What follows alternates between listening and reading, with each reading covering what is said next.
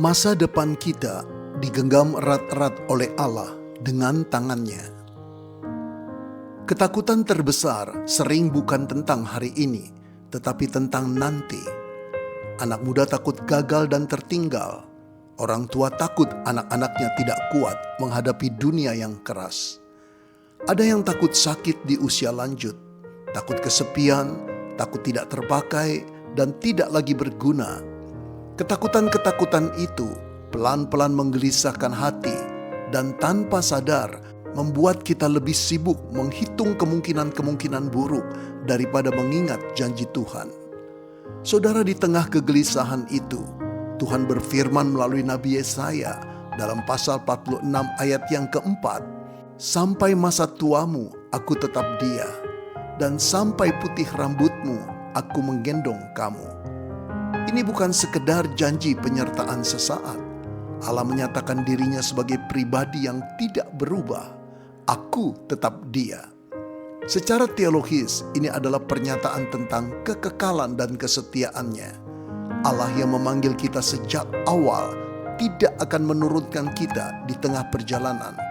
Ia bukan Tuhan yang hanya menyertai masa muda kita, tetapi Tuhan setia sampai rambut kita memutih dan tubuh kita melemah.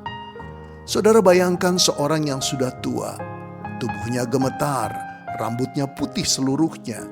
Ia tidak lagi kuat berjalan sendiri. Namun ada tangan yang mengangkatnya, menggendongnya dengan penuh kasih. Ia mungkin merasa rapuh, tetapi ia aman karena dipeluk. Demikianlah kasih Tuhan. Saat kita merasa lemah menghadapi masa depan, Ia tidak hanya berdiri di samping kita, tapi Ia juga menggendong kita. Saudara, kasih itu mencapai puncaknya dalam Kristus. Ia tidak meninggalkan manusia berdosa ketika mereka gagal.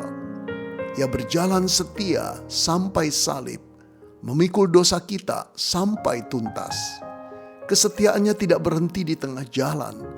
Jika Ia setia sampai akhir hidupnya, bukankah Ia juga setia menolong hidup kita sampai akhir?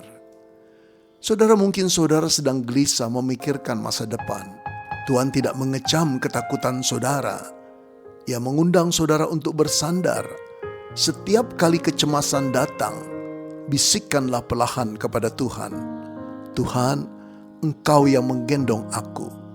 Biarkanlah janjinya lebih kuat daripada bayangan ketakutan saudara.